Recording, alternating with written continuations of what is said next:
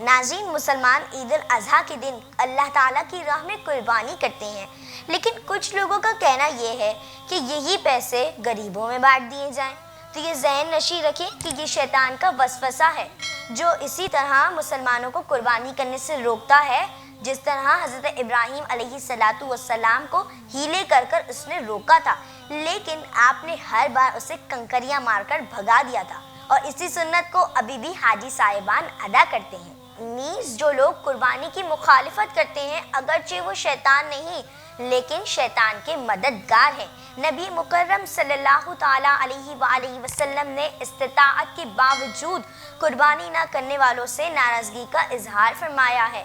ابن ماجہ میں ہے کہ جس میں طاقت ہو اور پھر بھی وہ قربانی نہ کرے وہ ہماری عیدگاہ کے قریب نہ آئے۔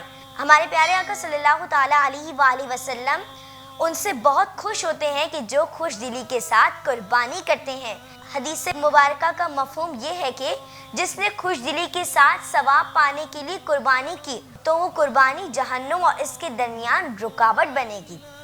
ناظرین، قربانی کرنے کے بہت سے فوائد ہیں، جیسا کہ غریبوں تک کافی مقدار میں گوشت پہنچتا ہے، جانور پالنے والے، چارہ بیچنے والے اور دیگر لوگوں کو حلال روزی نصیب ہوتی ہے، ملک کی معیشت مضبوط ہوتی ہے۔ مسلمان اپنے اس اعلیٰ تہوار کی وجہ سے دیگر قوموں سے ممتاز ثابت ہوتے ہیں۔ اللہ کریم ہمیں اگلے سال قربانی کے دن منی شریف دیکھنا نصیب ہو، آمین، بجاہ نبی الامین صلی اللہ تعالیٰ علیہ وآلہ وسلم۔